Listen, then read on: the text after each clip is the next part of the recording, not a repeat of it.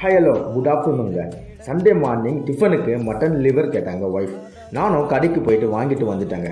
அதையும் நல்லா க்ளீன் பண்ணியும் வச்சுட்டாங்க. வெங்காயம் தக்காளி இஞ்சி பூண்டு பேஸ்ட்டையும் ரெடி பண்ணி வச்சுட்டாங்க.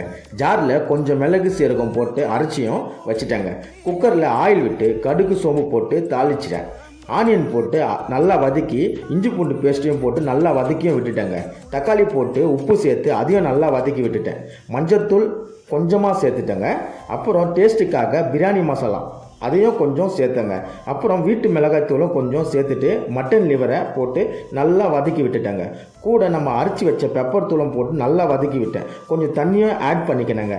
இந்த கேப்பில் இட்லி மாவை வச்சு ஊற்றியும் வச்சுட்டாங்க. கிரேவி நல்லா கிளறி விட்டு ஒரு 5 விசில் விட்டேங்க.